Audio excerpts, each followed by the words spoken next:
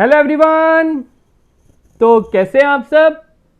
तो आज मैं आप सभी के लिए लेके आया हूं अकाउंटेंसी, जो आपकी 30 नंबर की सेक्शन है, उसके ऊपर मॉक टेस्ट नंबर 2। आप सभी को जैसे पता है कि हमने अकाउंटेंसी का सिलेबस कंप्लीट कर लिया है। ये आपकी 30 नंबर की सेक्शन है, मंथ हो चुका है हमें ये सिलेबस कंप्लीट किए हुए। तो अब मैं आपके लिए लेके आया हूं mock test number 2। Mock test number 1 हम ऑलरेडी डिस्कस कर चुके हैं 1 वीक अगो। तो जिन्होंने वो लेक्चर नहीं देखा तो आपको मैं बता दूं, आप जब हमारे चैनल पे जाएंगे, जब आप इधर देख सकते हो आईजी क्लासेस का, जब आप चैनल खोलेंगे उधर आपको ये कुछ ऑप्शंस मिलेंगे। आपने उधर प्लेलिस्ट ऑप्शन में जाना है। प्लेलिस्ट ऑप्शन में जब आप जाएंगे नीचे आपको मिल जाएगा सब कुछ। आप इधर देख सकते हो अकाउंटेंसी के ऊपर 92 लेक्चर्स हैं। इधर आपको सारे लेक्चर्स मिल जाएंगे। साथ में आप एंडिंग में अगर जाएंगे आपको उधर एमसीक्यू के साथ साथ हमने जो मॉक टेस्ट नंबर 1 किया था वो भी आपको मिल जाएगा। आप इधर ये देख सकते हैं। और साथ में मैं बता दूं, बड़े से स्टूडेंट्स कह रहे थे सर क्या एग्ज़ाम पोस्टपोन होगा। तो गाइस इसके लिए मैं कुछ भी नहीं बोलना चाहूँगा। मेन चीज़ है अभी आप कोरोना जो इतना ज़्यादा फैल चुका है उसके लिए आप लड़ें। आप घर से बाहर ना निकले, घर पे ही रहिए और साथ में लेक्चर पढ़ते रहिए। आप क्या कीजिए, अपना सिलेबस जितनी जल्दी ख़त्म कर सकते हैं उतना बेटर है, क्योंकि एंड में जो इंसान रिवीजन भी करेगा वो ही सक्सीड कर पाएगा, वो ही सिलेक्शन पा पाएगा। क्योंकि आपकी जो रिवीजन पार्ट रहता है वो भी एक इंपॉर्टेंट रोल प्ले करता है आपकी सक्सेस में। ठीक है, तो चलो बिना टाइम वेस्ट करते आगे बढ़ते हैं। तो मॉक नंबर 2 है, इसके मैंने थोड़े से ट्रिकी क्वेश्चन डाले, तो ध्यान से आंसर देना क्या क्वेश्चन मैं बोल रहा हूं और क्या आपका उसका सही आंसर होना चाहिए। पहला क्वेश्चन बोल रहा है which of the following is debited when the business purchase on credit. ठीक है, बच्चे क्या करते हैं, इधर देखते हैं, अच्छा परचेज ऑन क्रेडिट किया है तो ऑब्वियस ही बात है डेटर जो होगा उसको हम डेबिट करेंगे।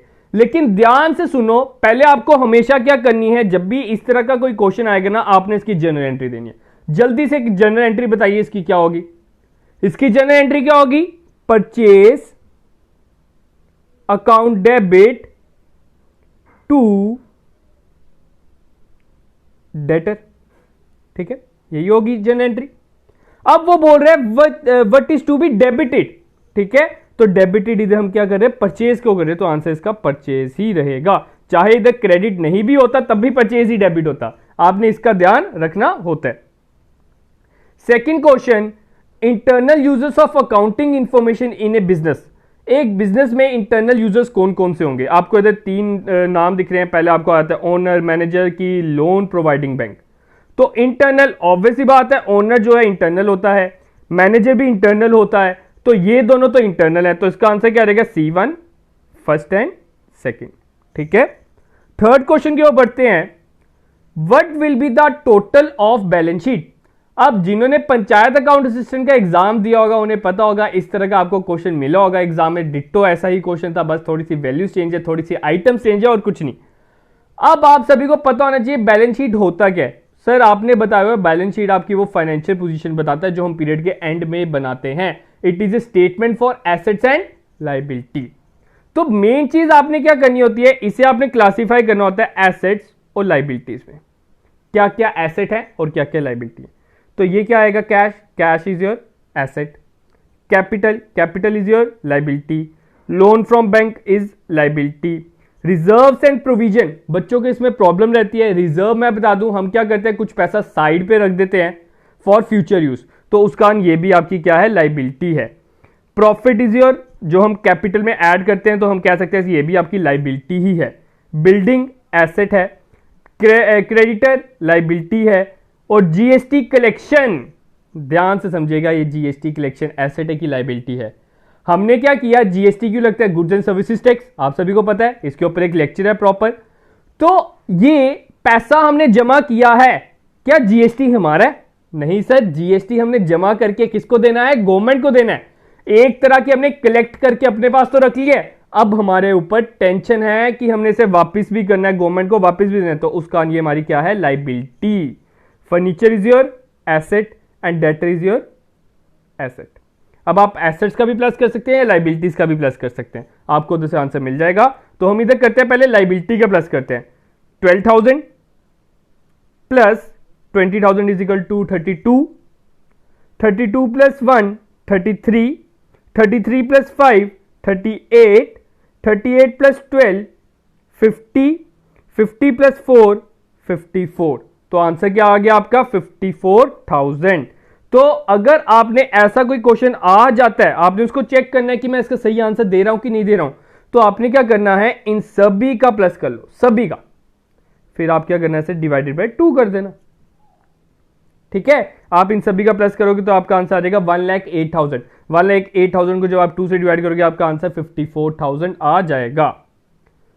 Fourth question, on 31st December 2010 Ashok limited purchase a machine from Mohan limited for 1,75,000। This is, ध्यान से, इसका आंसर क्या होगा, a transaction and event, both a transaction as well as event की none of this.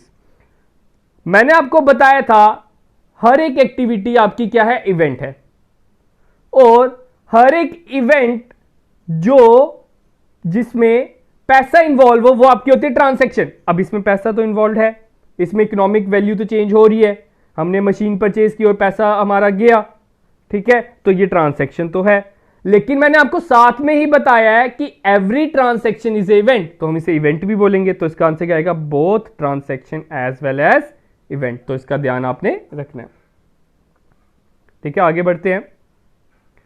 Fifth question, on dissolution of A firm out of proceeds received from the sale of assets will be paid first of all। Dissolution of firm क्या होता है, अभी ये मैंने पढ़ाना है वैसे पार्टनरशिप में, लेकिन पुरानी चीज में पढ़ाया हुआ है।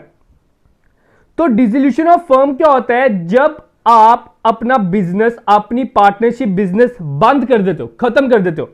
तो जब हमने खत्म करना होता है, हम क्या करते हैं, एसेट्स को रियलाइज करते हैं और हमारी लाइबिलिटीज को पे ऑफ करते हैं। मतलब कि एसेट जितने भी उनको बेच देंगे या आगे सेटल ऑन कर देंगे, और वो उधर से जो पैसा आएगा उधर से हम अपने क्रेडिटर्स को पेमेंट कर देंगे। ठीक है, तो उधर से जो पैसा आएगा जब हमने एसेट्स बेचे, तो सबसे पहले हमने क्या पे करना है, तो ऑब्वियस ही बात है हम सबसे पहले आउटसाइडर्स को पे करेंगे। ठीक है, बाद में पैसा बचेगा तो हम पार्टनर को लोन का पेमेंट करेंगे, उसके बाद उसकी कुछ कैपिटल की पेमेंट करेंगे अगर पैसा बचता है। तो इसका आंसर क्या आएगा, outsider creditor will be paid first of all. सबसे पहले हम आउटसाइडर क्रेडिटर्स को पे करेंगे। Six question, at the time of firm's dissolution balance of general reserve shown in the balance sheet is credited to. जब आप dissolution account बनाते हैं तो उसमें आप आपका जो जनरल रिजर्व है कहां पे आएगा, आपके डिसोल्यूशन के टाइम पे जनरल रिजर्व कहां पे आएगा। तो जनरल रिजर्व क्या होता है, रिजर्व अभी मैंने आपको ऊपर बताया, रिजर्व वो पैसा है जो आप साइड पे रख देते हो फॉर योर फ्यूचर यूज, ताकि आपके जब बैड टाइम चल रहा हो तो आप उसे यूज कर सकते हो। तो ये क्या होता है, ये आपका एक तरह का पैसा साइड पे पड़ा है। लेकिन डिसोल्यूशन क्या है, जब आपका बिजनेस बंद हो रहा है, अब ये पैसा साइड पे पड़ा है, तो ये पैसा अब आप अपनी पॉकेट में नहीं डालोगे क्या, तो ये हम क्या करेंगे, पार्टनर्स अपनी कैपिटल में दे देंगे अपने आप को। ठीक है। Seventh question, which one of the following item can not be recorded in profit and loss appropriation account. इसमें से कौन सी item profit and loss appropriation account में नहीं आएगी। अभी रिसेंटली मैंने इसके ऊपर लेक्चर बनाया है, तो profit and loss appropriation account पे कौन सी आइटम नहीं आती, इंटरेस्ट ऑन कैपिटल आपकी आती थी debit side, interest on drawing आपकी आती थी क्रेडिट साइड, और रेंट पेड टू पार्टनर हमने उधर कहीं नहीं देखा, because it is charge against profit. तो उसके कारण इसका राइट आंसर क्या हो जाएगा, C1। इन्होंने बोला कैन नॉट, तो ये आइटम आपकी profit and loss appropriation account में नहीं आती। 8th क्वेश्चन, XYZ, ध्यान से पढ़ना क्वेश्चन, थोड़ा सा ट्विस्टी क्वेश्चन है। XYZ are partner in a firm. At the time of division of profit for the year, there was dispute between the partners. Profit before interest on partner capital was 6,000. ठीक है, वो कह रहा है profit आपका कितना है, 6,000 का प्रॉफिट है। ठीक है। Y determined 24% per annum on his loan of 80,000. There was no agreement. ध्यान से पढ़िए, नो एग्रीमेंट लिखा है, मतलब आपके बीच में कोई डीड नहीं है। जब आपके बीच में डीड नहीं होती तो हम इंटरेस्ट कितना देते हैं, 6%। ठीक है, 24% नहीं देते, तो इधर हम 6% लेंगे, ना कि 24%। तो 80,000 का 6% कितना हो जाता है, सर आपने बताया था 80,000 का 6% आपका हो जाता है 4800। ठीक है, अब बोल रहे हैं प्रॉफिट कितना था, 6,000 का, 4800 तो हमने इंटरेस्ट ऑन लोन दे दिया, किसको, वाई को, तो कितना बच गया, 1200 रुपया। तो 1200 रुपया हम XYZ को बराबरली बांट देंगे, दैट इज 400 400 400। इक्वली बांटते ना उसके बाद, तो इसका आंसर क्या आ जाएगा आपका 400 फॉर ए और वाई के लिए 5200, क्यों 4800 उसका जो इंटरेस्ट ऑन लोन प्लस 400 उसका प्रॉफिट और 400 फॉर जेड, तो इसका आंसर C1 आ जाएगा। होप कि आप सभी को यह क्वेश्चन अब क्लियर होगा। देखो थोड़ा सा डिफिकल्ट वन है, थोड़ा सा ट्विस्ट वन है, लेकिन आपको मैं कह रहा हूं एग्जाम सेट करने वाले हम में से कोई इंसान नहीं है, वो एग्जाम सेट करने वाला हमें नहीं पता वो किस तरह का क्वेश्चन डाल सकता है। हो सकता है कि आपको ऐसा क्वेश्चन मिले या ना मिले। हमारा मेन मकसद है इस टाइम पे आपका कंसेप्ट क्लियर करना, तो मेन आपका फोकस उसी चीज पे होना चाहिए। नेक्स्ट क्वेश्चन, ये भी बड़ा अच्छा क्वेश्चन है, डोनेशंस, ठीक है, shall form part of prime cost, shall form part of work overhead, shall form part of office overhead, shall be ignored. ठीक है, ये हमारी बात हो रही है कॉस्ट अकाउंटिंग में। अब डोनेशन इज ए वॉलेंट्री, वो आप पे डिपेंड करता है आप डोनेशन करना चाहते हो कि नहीं करना चाहते हो, तो उसे हम कॉस्ट में नहीं डालते, तो उसके कारण शेल बी इग्नोर्ड इसका आंसर आएगा, इसका आपने ध्यान रखना है। 10th question, cost which is unaffected by the change in output is called as. ठीक है, वो कॉस्ट जो जब आप आउटपुट चेंज भी करते हो तब भी अनइफेक्टेड रहती है, जैसी पहले थी वैसे ही रहेगी, तो उस कॉस्ट को हम क्या बोलते हैं, fixed cost. For example your rent, चाहे आप 10,000 यूनिट बना लो, जितना आप रेंट देते हो उतना ही दोगे, चाहे आप 20,000 यूनिट बना लो, आप जितना रेंट देते हो उतना ही दोगे। 11th question, example of association of person is. ठीक है, एसोसिएशन ऑफ पर्सन का कौन सी इसमें से एग्जाम्पल है, तो आपको मैंने बताया था एओपी और बीओआई के बारे में, ये सब पर्सन्स हैं, तो ये इसमें से कौन सी आ जाती है, एओपी की full example, that is your village panchayat. 12th question, total income is to be rounded off to nearest multiple of dash and tax is to be rounded off to nearest multiple of, इधर भी आप dash लगा लो। ठीक है, ये दो dash है। ठीक है, इसे हम बोलते हैं राउंडिंग ऑफ, टैक्सेशन है। हमने क्या करना होता है, राउंड ऑफ करना होता है। फॉर एग्जाम्पल आपकी टोटल इनकम आती है 2,16,666। ठीक है, अब ये जो 666 है ना, इसको हमने नियरेस्ट टेंस के पास लेके जाना होता है। हमने 666 नहीं लेना, हमारी टोटल इनकम असली में होगी 216,670। ठीक है, 66 का नियरेस्ट टेंस कौन सा आ गया, 70। और जो आपकी टैक्स भी है, टैक्स भी अगर आपका पॉइंट में बन रहा है या आपका कुछ इस प्रकार बन रहा है 1666, तो इसका आपका टैक्स आपको लगेगा इसमें 1670। उसमें भी हमने क्या करना है, नियरेस्ट टेंस देखना है, तो इसमें आंसर क्या रहेगा, C1। बोथ 10-10, 100 भी नहीं देखेंगे, 100 रुपए बहुत ज्यादा आपके मायने रखती है, लेकिन ये जो 2-3 रुपीज का फ्लक्चुएट अप डाउन हो रहा है उससे इतना फर्क नहीं पड़ता। 13th question, the income tax payable by the resident individual. ये भी बड़ा अच्छा क्वेश्चन है, तो ध्यान से समझिएगा, मैं गारंटी देता हूं आप में से मैक्सिमम स्टूडेंट इसका गलत आंसर देंगे। The income tax payable by a resident individual age 80 years. ठीक है, 80 ईयर्स मैंने स्पेसिफाई किया हुआ है, तो 80 ईयर्स का क्या मतलब हो गया, सुपर सीनियर सिटीजन, यही हुआ। आप सभी को इसका पता होगा, आपको मैंने टैक्स स्लैब्स बताई हुई है इसके बारे में। If is total income is 5,10,000, अगर उसकी टोटल इनकम आती है 5,10,000, तो टैक्स स्लैब क्या कहती है, टैक्स स्लैब कहती है 5 लाख अगर आपकी इनकम है for your super senior citizen, it is to be nil. तो 5 लाख के ऊपर कितना आ गया, 10,000।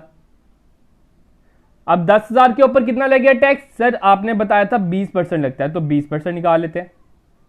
तो 10,000 का 20% आपका होता है 2,000, तो इसका आंसर क्या हो जाएगा, 2,000। लेकिन मैं बता दूं ये इसका आंसर नहीं है, 2,000 इसका आंसर नहीं है। भूल गए, मैंने आपको बताया था इसमें हमने प्लस सेस भी करना होता है, तो 2,000 में आपने प्लस सेस करना है, तो सेस कितना लगता है 4%, तो 2,000 का 4% रहता है 80 रुपए, तो 2,080 इज योर राइट आंसर। इसका आपने ध्यान रखना है, तभी मैं हमेशा कहता हूं कंसेप्ट पाओ मार्क्स लो। 14th question, a person follows calendar year for accounting for taxation he has to follow. ठीक है, वो कह रहा है अगर जब वो अकाउंटिंग करता है तो उसमें कैलेंडर ईयर यूज करता है, मतलब जनवरी से लेकर दिसंबर तक। लेकिन टैक्सेशन की जब बात होती है तो वो टैक्सेशन लॉ कहता है कि आपने कैलेंडर ईयर नहीं यूज करना, आपने हमेशा फाइनेंशियल ईयर ही यूज करना है। तो इसका आंसर क्या रहेगा? Financial year only. 15th question, which of the following statement is correct? नीचे देखिए ऑप्शन में से कौन कौन सी स्टेटमेंट करेक्ट है। पहले बोलता है asset and increase debit a decrease credit. हाँ, आपने सर बताया था क्लियर के बारे में, CLEAR, आप सभी को याद होगा। उसमें आपने बताया था एसेट जब जब बढ़ेंगे डेबिट, जब जब घटेंगे तो क्रेडिट। ये ठीक है। कैपिटल इंक्रीज डेबिट, नहीं, ये तो गलत हो गया। कैपिटल जब जब इंक्रीज होती है क्रेडिट होता है। Liability increase credit and decrease debit, तो ये भी सही है। तो a first and third are the correct one. तो इसका 15th का आंसर आपका क्या आता है? C1। ठीक है। 16th question, under fixed capital method profit will be credited to. जब आप फिक्स्ड कैपिटल अकाउंट बनाते हो, फिक्स्ड कैपिटल मेथड है, तो आपका जो प्रॉफिट है तो आपने उसको कहां पे ट्रांसफर करना होता है? मैंने आपको बताया था फिक्स के टाइम पे दो अकाउंट बनने हैं, एक capital account and the another one is current account. तो करंट अकाउंट में प्रॉफिट आता है, तो इसका आंसर क्या रहेगा? C1 current account. 17th question, the unfavourable balance of profit and loss account should be. Unfavourable क्या होता है? अनफेवरेबल जो हमारे हित में ना हो, हमारे फायदे में ना हो। ठीक है, मतलब कि लॉस। इनके कहने का मतलब तो यही है। मैंने बस इसे ट्विस्ट करके थोड़ा सा अलग नाम दे दिया है कि एग्जामिनर ऐसे ही आपको टेस्ट करेगा। तो वो कह रहा है added in liability, subtracted from current asset, subtracted from capital की, सब्ट्रैक्टेड फ्रॉम लाइबिलिटी। अब जो लॉस है आप सभी को होता है कैपिटल से लेस करते हैं, तो इसका आंसर क्या आएगा? C1। अब बड़े से स्टूडेंट कहेंगे सर कैपिटल तो लाइबिलिटी भी है, तो हमारा ये भी सही होना चाहिए। लेकिन गाइस इस टाइम पे आपने मोस्ट एप्रोप्रिएट देखना है, तो मोस्ट एप्रोप्रिएट आपका सब्ट्रैक्टेड फ्रॉम कैपिटल है। 18th question, PFMS portal is a statutory body, it is administered bye department of expenditure.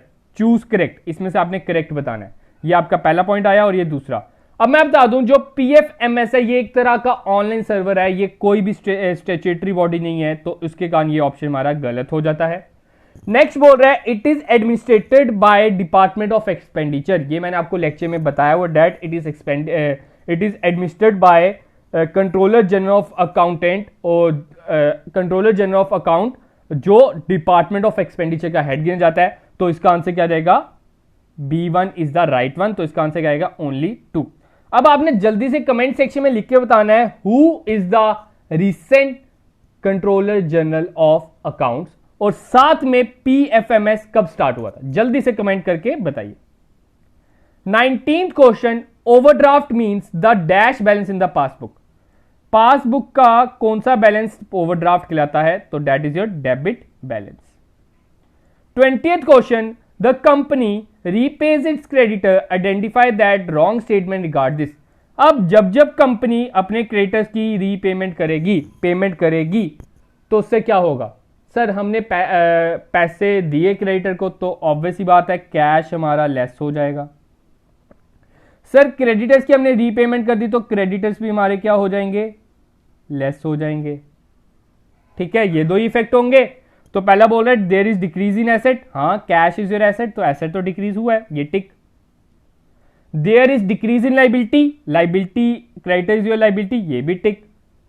There is no effect on owner equity, क्या owner equity पे कोई effect हुआ? नहीं हुआ, उन्होंने नो बोला है, तो ये भी tick. There is increase in equity, क्या आपकी इक्विटी होती है कैपिटल, क्या आपकी कैपिटल में इंक्रीज हुआ?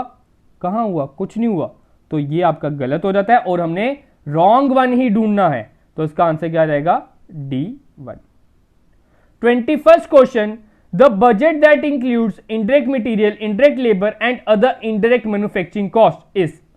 तो वो आपका आंसर आ जाता है, आप सभी को पता होना चाहिए इनडायरेक्ट इनडायरेक्ट इनडायरेक्ट। अब आप सब कहोगे सर आपने तो इसके बारे में बताया नहीं है, तो इस चीज में आपने अपनी कॉमन सेंस लगानी है। मैंने आपको बताया था जब सभी इनडायरेक्ट्स होती हैं वो जब साथ जुड़ जाती हैं तो वो क्या कंट्रीब्यूट करती हैं? वो हमारा कहलाती हैं ओवरहेड्स। तो overhead budget is the right answer. 22 question, the reserve bank of India is manage by. जो RBI है वो कौन मैनेज करता है? President, prime minister, home minister की गवर्नर? जल्दी से अगर आपकी पॉकेट में कोई नोट पड़ा है तो आप नोट खोल के देख सकते हो उसमें किसके साइन होते हैं, तो उसमें आपके गवर्नर के साइन होते हैं, तो गवर्नर मैनेज करता है। 23rd question, SEBI was given legal status in, जो सेबी है आपका, ठीक है, ये आप इस ऑर्गेनाइजेशन को कब लीगल स्टेटस मिला था? मैंने आपको 2 डेट्स बताई हुई हैं। 1988 में ये एस्टैब्लिश हुआ था और 1992 में से लीगल स्टेटस मिला था, तो इसका आंसर A1 रहेगा। 24 question, from following particulars are obtain from the books of firm, opening stock is 20,000, purchase 1,20,000, closing stock 60, gross profit on sale is 20,000, then the amount of sale is. आप सभी को पता है cost of goods sold is equal to opening stock plus purchases minus closing stock, तो cost of goods sold कितना हो जाएगा? 20,000 plus 1,40,000 हो गया, माइनस 60 कर दो 80,000। कॉस्ट ऑफ गुड्स सोल्ड कितना हो गया? COGS is equal to sir 80,000। अब COGS का एक और फॉर्मूला होता है सर, आपने बताया हुआ है, that COGS is equal to sales minus GP, ठीक है। कॉस्ट ऑफ गुड्स सोल्ड कितना है? 80,000 इज इक्वल टू सेल्स कितनी है? सेल्स सर हमें नहीं पता, और जो मैंने आपको बताया था जब भी ग्रॉस प्रॉफिट परसेंट में दिया है वो आपने देखना है किस पे है, जिस पे है उसको आप x ले लो और दूसरा आप 20/100x कर लो, ठीक है। इसका डिनोमिनेटर सेम करेंगे हम, इंटू 100 इंटू 100x हो जाएगा। ये 100x में से 20x काटे 80,000 is equal to 80x upon 100। 100 हो रहा है इधर डिवाइड, उधर के मल्टीप्लाई, 80 हो रहा है इधर मल्टीप्लाई, उधर के डिवाइड, तो इक्वेशन हमारी बन जाती है 80,000 इंटू 100 डिवाइडेड बाय 80। तो आप इसको जब सॉल्व करते हो तो आपका आंसर आ जाएगा 1 लाख। तो 1 लाख आपकी एक्स की वैल्यू आई और एक्स आपका क्या था? सेल्स था। एक्स आपका क्या था? सेल्स था। तो हमने सेल्स ही निकालनी, उन्होंने सेल्स ही बोला, तो 1 लाख आपका आंसर आ गया। 25th क्वेश्चन, ओहो ये थोड़ा सा बड़ा क्वेश्चन है तो ध्यान से पढ़िएगा। There is a paragraph, you have to go through the paragraph. अब JKSSB आजकल की जो एग्जामिनेशन अथॉरिटीज है वो आपको सिंपल क्वेश्चन नहीं पूछती, वो आपको इस पैराग्राफ बेस्ड क्वेश्चन पूछेगी। वो कह रही है कि mark your answer from given options. पहला बोल रहा है Anurag keep incomplete record of his business, he gives you the following information. Anurag ने जो है इनकम्प्लीट रिकॉर्ड रखता है। अब उसके इनकम्प्लीट रिकॉर्ड से हमें ये इंफॉर्मेशन मिलती है कि उसकी कैपिटल स्टार्टिंग में थी 8 लाख और एंड में, साल के एंड में थी 6,20,000। ड्रॉइंग हुई 2.5 लाख की और एडिशनल कैपिटल है 30,000 की। What will be the amount of profit? हमने इधर बताना है अमाउंट ऑफ प्रॉफिट। देखो स्टार्टिंग में कैपिटल कितनी थी? 8 लाख की। ड्रॉइंग कितनी थी? 2.5 लाख। 8 लाख में से 2.5 लाख काट लो तो 5.5 लाख। 5.5 लाख हो गया, 5.5 लाख हो गया, ठीक है। Additional capital introduced, additional capital को हम क्या करते हैं? ऐड करते हैं। 5,50,000 में हम 30,000 प्लस कर देंगे तो कितना हो गया? 5,80,000। हमारी कैपिटल होनी चाहिए थी 5,80,000, लेकिन वो कह रहा है हमारी कैपिटल एट द एंड है 6,20,000। तो इसका मतलब 40,000 का हमें प्रॉफिट हुआ होगा, तभी हमारी कैपिटल एट द एंड 6,20,000 है। तो प्रॉफिट हमारा कितना हुआ है? 40,000 का। अब इसी के रिलेटेड एक और क्वेश्चन आता है, इसी पैराग्राफ के रिलेटेड है। If the additional capital is not brought, अगर हम एडिशनल कैपिटल को नहीं लाते तब हमारा प्रॉफिट कितना होता? इसको आप भूल जाओ, इस लाइन को भूल जाओ, ठीक है। अब आप सॉल्व कीजिए। 8 लाख है, 8 लाख में से 2.5 लाख काट लो तो कितना हो गया? 5.5 लाख। 5.5 लाख हमारी कैपिटल होनी चाहिए थी, लेकिन इधर हमारी 6,20,000 कैपिटल है, तो इसका मतलब 70,000 इज आर प्रॉफिट। तो इसका आंसर क्या रहेगा? 70,000। Interest received on loan is shown, जो हम इंटरेस्ट रिसीव करते हैं लोन पे, ठीक है, हमने इसका मतलब किसी को लोन दिया है। बच्चे क्या करेंगे? अच्छा लोन पे इंटरेस्ट दिया है, हमारा एक्सपेंस है, तो वो क्या कर देंगे? On the debit side of profit and loss account. लेकिन इसका ये गलत है, हमें रिसीव्ड हुआ है, रिसीव्ड वर्ड को मान्यता दो, तो इसका आंसर क्या आएगा? On the credit side of profit and loss account. 28 question, the balance of personal account is, personal account का बैलेंस क्या होता है? डेबिट होता है, क्रेडिट होता है, कि इधर डेबिट और क्रेडिट होता है, कि नीदर डेबिट और क्रेडिट होता है? देखो पर्सनल अकाउंट मैंने बताया था कोई भी नाम, ठीक है, राम, श्याम, मोहन, रिलायंस कंपनी, टाटा कंपनी, ये जो है ये सब क्या हो गए, पर्सनल अकाउंट। अब ये हमारे डेटर्स भी हो सकते हैं, हमारे क्रेडिटर्स भी हो सकते हैं। अगर तो ये हमारे डेटर्स है तो हमारा बैलेंस क्या होगा, डेबिट। अगर तो ये हमारे क्रेडिटर्स है तो हमारा बैलेंस क्या होगा, क्रेडिट। ठीक है, तो इधर डेबिट या क्रेडिट इसका आंसर आ जाएगा। ठीक है, C1 is the right answer. 29 question, total assets of Manish as on 31 दिसंबर वर 80,000। उसकी लाइबिलिटीज दी हुई हैं, on that day his capital will be. इसमें आपने क्या करना है, आपने इधर शो करना है assets is equal to liability plus capital. ठीक है, एसेट्स हमारे कितने आ गए, 80,000। सर साफ साफ लिखा हुआ है, कोई कॉम्प्लेक्स नहीं है। बाकी लाइबिलिटी दी हुई है, इनको प्लस कर लो। 20,000 plus 20 40, 40 plus 16 is equal to 56 plus capital. ये द प्लस हो रहा, जाके माइनस कर दो। 80,000 में से जब हम 56,000 माइनस करते हैं तो आंसर हमारा आ जाता है 24,000। तो इसका आंसर क्या रहेगा, B1। Capital will be your 24,000। 30th question, balance as per cash book. ऐसा ही क्वेश्चन आपको पंचायत अकाउंट सेशन में मिला होगा और ये मेरी पीडीएफ में पहले का था, आप देख सकते हो। तो कह रहा है कैश बुक का बैलेंस है 2,000। बड़ा सिंपल सा क्वेश्चन है। बैंक चार्जेस 50 रुपए बैंक ने डेबिट कर दिए, लेकिन हमें पता ही नहीं था। तो बैंक स्टेटमेंट में कितना बैलेंस होगा, तो बैंक वालों ने तो 50 रुपए काट दिए हैं, तो 2,000 में से 50 रुपए काट लो तो आंसर क्या रहेगा, 1950। अब बात आती है हमारा आंसर 1950 डेबिट होना चाहिए कि 1950 क्रेडिट होना चाहिए। हम किसका आंसर निकाल रहे हैं, सर बैंक स्टेटमेंट का। तो आपका आंसर माइनस में आए कि प्लस में आए, सर इधर तो कुछ भी स्पेसिफाई नहीं है, तो हम एज्यूम करते हैं कि प्लस में है। तो बैंक स्टेटमेंट की प्लस वाली साइड कौन सी होती है, क्रेडिट साइड। तो इसका आंसर क्या आएगा, A1। होप कि आपको क्लियर होगा। ये 30 क्वेश्चन थे, मैंने बड़ा ज्यादा टाइम लगा के ये 30 क्वेश्चन फ्रेम किए ताकि आप तक बेस्ट से बेस्ट कंटेंट, बेस्ट से बेस्ट नॉलेज पहुंचाई जाए, ताकि जब भी आपको आपका एग्जाम होगा आपको कोई भी प्रॉब्लम ना हो, आप सब आसानी से कोई भी क्वेश्चन आपके सामने आ जाए आप उसे अटेम्प्ट कर सको। होप कि आपको सभी क्वेश्चन में कोई डाउट नहीं होगा। अगर अभी भी कोई भी डाउट है आप हमें इंस्टाग्राम या फेसबुक पे मैसेज कर सकते हो, उधर मैं आपको रिप्लाई जरूर दूंगा, या आप उसे अभी कमेंट सेक्शन में लिख दीजिए। अगर वो रेलिवेंट क्वेश्चन होगा उधर मैं आपको रिप्लाई देने की कोशिश करूंगा। और एंड में अपना स्कोर लिखना ना भूलिएगा गाइस। देखते हैं कौन कितना स्कोर कर पाया। आज के मैंने क्वेश्चन थोड़े से डिफिकल्ट वन डाले थे, लेकिन हम डिफिकल्ट प्रिपेयर करके जाएंगे तो तभी हम इजी वन भी कर पाएंगे।